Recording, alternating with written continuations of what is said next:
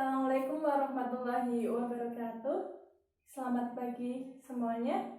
Semoga pagi hari ini sehat semua dan ceria semua untuk mengikuti pelajaran ekonomi. Sebelum kita memulai pelajaran, mari kita berdoa dulu. Berdoa mulai. Berdoa selesai. Sebelum kita memulainya, Bu Guru mau tanya, hari ini siapa yang tidak berangkat?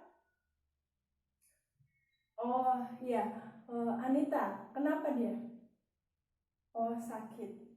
Oke. Tapi yang lain sehat kan, bisa mengikuti semuanya? Alhamdulillah. Oke.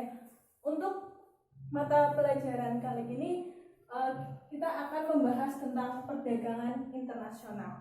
Apa sih itu perdagangan internasional? Ada yang tahu?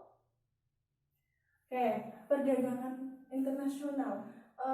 Kita sering menemukan barang-barang dari luar negeri kan sekarang dengan mudahnya tanpa kita harus pergi ke luar negeri. Iya, itu salah satu perdagangan internasional. Seperti HP yang kita miliki dari Cina. Nah, itu juga termasuk dalam perdagangan internasional. Nah, dengan mudahnya seperti itu sekarang. Nah, untuk pengertian sendiri, apa sih itu perdagangan internasional? Pengertian perdagangan internasional adalah pertukaran barang dan jasa antara negara melalui ekspor impor. Nah, jadi ketika kita melakukan ekspor impor, terus melakukan termasuk jasa ya, tidak cuma barang aja, tapi termasuk jasa dari negara lain, terus masuk ke negara kita, terus negara kita ke negara lain, itu juga termasuk dari perdagangan internasional. Jadi kita tidak mungkin kan bisa melakukan semua hal itu sendiri. Seperti misal ya, di kehidupan sehari-hari saja, kita kan mempunyai tetangga. Kita pasti terkadang memerlukan tetangga kan, tidak mungkin semuanya sendiri. Misal kita sedang kehabisan gula, kita mau ke warung jauh karena memerlukan banyak waktu karena kita butuhnya sekarang. Kita pasti meminjam ke tetangga dulu. Nah, itu adalah salah satu contoh di kehidupan sehari-hari. Nah, untuk di internasional, nah seperti halnya negara juga tidak bisa hidup sendiri karena setiap negara itu pasti mengkhususkan memproduksi sesuatu. Nah, untuk memenuhi kebutuhan negara tersebut jadi kita memerlukan barang dari negara lain. Nah, termasuk itu berupa barang atau jasa ya. Nah jadi pertukaran barang dan jasa itu juga termasuk dalam perdagangan internasional. Nah, perdagangan internasional juga tidak jauh beda dengan perdagangan dalam negeri ya. Cuman kalau perdagangan internasional itu lebih rumit karena banyak aturan-aturan yang berbeda-beda dari berbagai negara. Nah, apa sih perbedaan antara perdagangan internasional dan perdagangan dalam negeri? Nah, kalau perdagangan internasional itu menggunakan valuta asing sehingga menimbulkan kurs valuta asing. Nah, kalau perdagangan dalam negeri itu cukup menggunakan mata uang sendiri, jadi tidak menimbulkan kurs valuta. Nah, terus kemudian ada berkaitan dengan peraturan. Nah, peraturan kalau di perdagangan internasional itu kan menggunakan berbagai peraturan karena dari berbagai negara. Setiap negara itu kan mempunyai beda-beda aturan. Seperti itu. Kalau perdagangan dalam negeri, kita cukup menggunakan satu peraturan yang ada di dalam negara itu sendiri.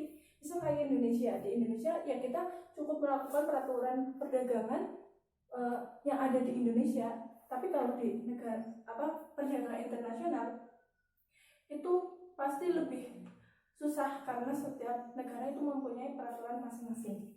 Terus kemudian ada tata cara transaksi jual beli, memakan waktu.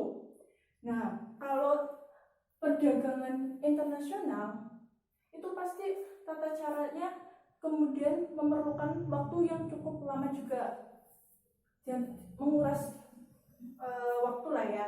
Tapi kalau perdagangan dalam negeri itu relatif lebih cepat karena itu masih dalam satu lingkup negara. Kalau perdagangan internasional itu kan sudah antar negara ya, jadi banyak peraturan untuk sampai di satu negara juga memerlukan waktu yang cukup lama.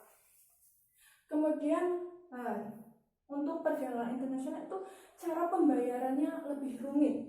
Nah, kalau di perdagangan dalam negeri cara pembayarnya lebih praktis dan mudah serta resikonya rendah. Ya, kalau di perdagangan internasional itu pasti lebih rumit ya, karena setiap negara itu kan mempunyai mata uang masing-masing, jadi cukup rumit ya.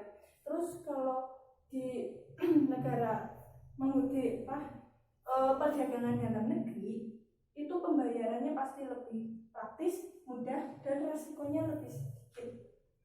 Kemudian harus memenuhi mutu standar internasional.